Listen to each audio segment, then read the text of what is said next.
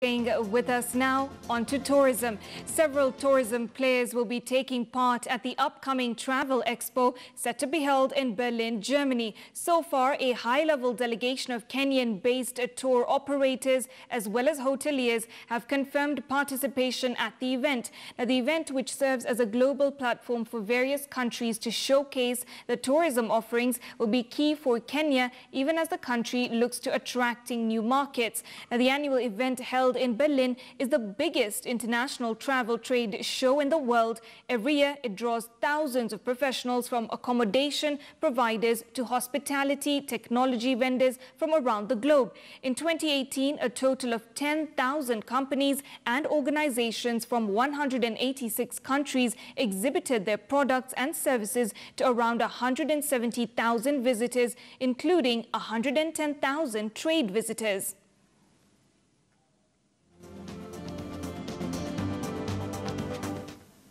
Moving on from that now to cement. Kenya's East Africa Portland Cement Company has reported a drop in profits, signaling tough times ahead for the cement manufacturer. In its recent results, the firm posted a loss of 1.2 billion shillings in the half-year results. Here is more. It was an agitated state of affairs for the East African Portland Cement Company when they posted a loss of 1.26 billion shillings for the 2018 half-year results in December. Over the past 5 years, the business has been facing a difficult environment with increased operational costs, mainly linked to raw material, production challenges, a sluggish market and, to top it all, liabilities exceeding current assets by 7.3 billion shillings. The company, however, has been trying to restructure some of its loans, which reduced finance costs by 53% from 313 million shillings in 2017 to 204 million shillings to December last year. The listed cement maker will need approximately 15 billion shillings to help it pay off its debts and rehabilitate its plant. The firm is betting big on the sale of prime land, which, if granted approval by the government, will help boost liquidity of the company. Sale of the land allocated in Athi River could earn it between 10 to 15 billion shillings, according to estimates. Meanwhile, as the company seeks to adhere to its turnaround plan, the regulator's eye, that is the Capital Markets Authority, is on an eagle's watch. Well, we'll also be watching how, operations progress at that particular company and giving you updates as and when we can, of course. But right now, I want to cross over to Julie Wambui, our reporter on the ground. She's joining us from Kangemi. And of course, earlier on, I did tell you about SMEs, and she is out there trying to talk to some of the business owners and find out more. So, Julie, what do you have for us this afternoon from Kangemi? Thank you, Malika. Now I'm at location in Kangemi with a participant of the Jaza Duka, which is a partnership between Unilever, MasterCard and Kenya Commercial Bank. Their aim, now the purpose of Jaza Duka is to provide productive, accessible and reliable means of small-scale businesses to access stock for their businesses and to be able to grow their business. Now with me, I have Lak Ochieng from customer director from Unilever Kenya, who will give us further insight on what Jaza Duka entails. Hello. Hello. Yeah, thank you for having me. So Jaza Duka, as you said, is a partnership between Unilever, MasterCard and KCB. Now, Unilever brings in the customer base and we have the network of customers that we bring to the table. MasterCard has brought in the technology support to run the system, and KCB on their part mainly brings in the cash, and they carry the risk with them. So that's what it's all about. Additional information about Jaza Duka. Overall, the aim really is driving financial inclusion, because we see that for the small retailers, one of the biggest hindrances to their growth is access to finance. And that's where MasterCard working together with Unilever came together globally to find solutions around this. And in Kenya, we brought in KCB into the equation. How much has Unilever invested in Jaza Duka?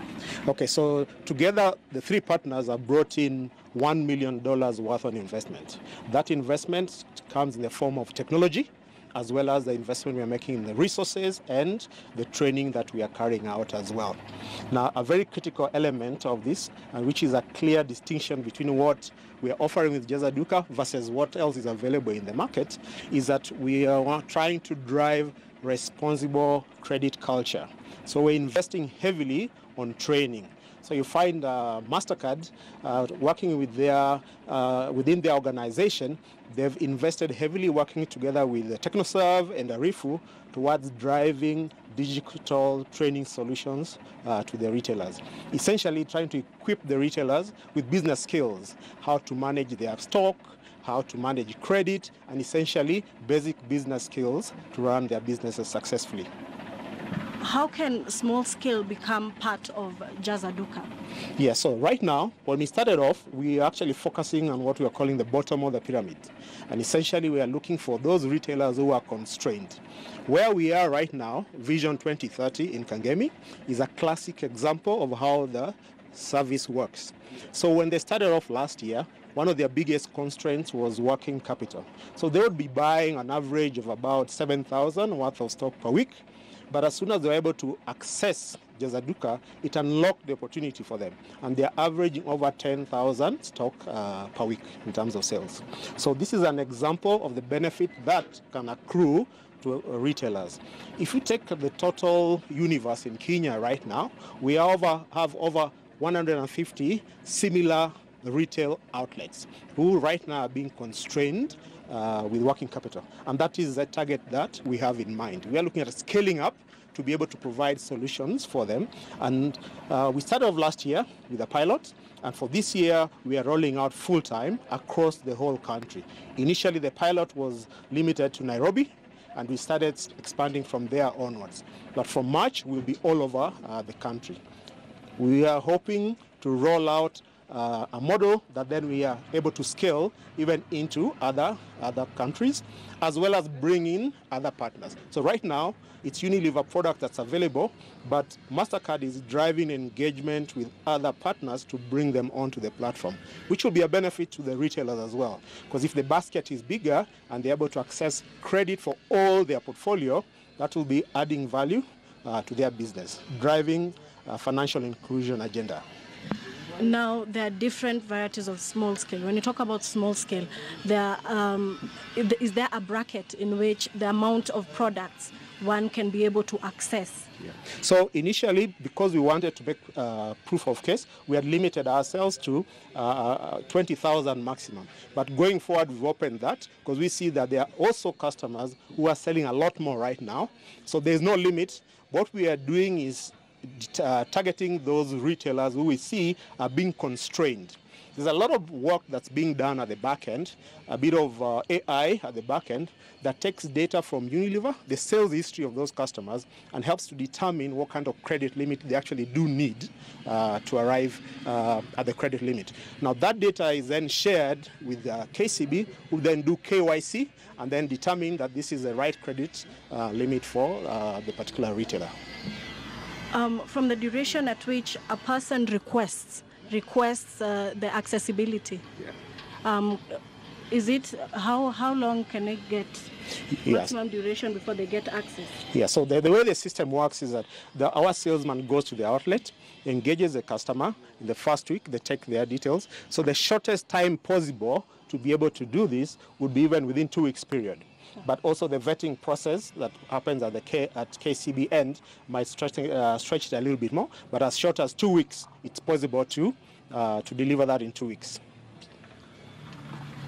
Now, Malika, if my cameraman would be able to show me like the way this shop has been able to stock, you can see that they have, through Jaza Duka, they're able to get stock, and this stock ensures that they will have access to funds. But because at the end of the sale, at the end of the day, when they finish their stock, they'll be able to access more on credit. And with me, I will try and interview the shopkeeper and give us a view of what they think and how they were able to access Jaza Duka. Habari yako? Nzuri sana. Uliweza kujuaje kuhusu Jaza Duka?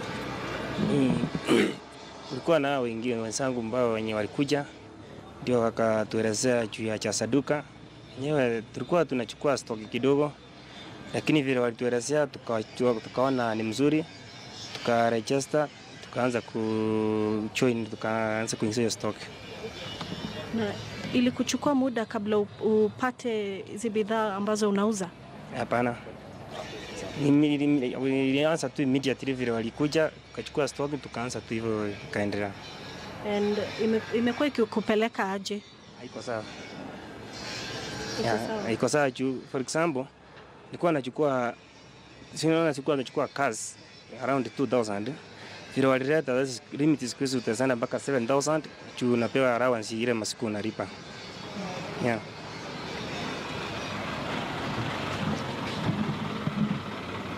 Now, Malika, what I'm getting from the shopkeeper is that they're able to get access to funds, and this has enabled them to build on the stocks that they have. And this enables them to grow as small-scale businesses. And the aim of Jaza Duka is to reach rural shops and rural small-scale and medium-sized business across the country. And we hope Jaza Duka will be able to grow these businesses to the level at which this the people who are venturing to business would like to be. Malika, thank you. Thank you very much, Julie, for giving us that detailed report there. Well, that's Julie Wambui joining us from Kangemi, talking all about Jaza Duka. In fact, on that note, our Twitter poll question today is, do you think providing small businesses with goods rather than capital will have an impact on their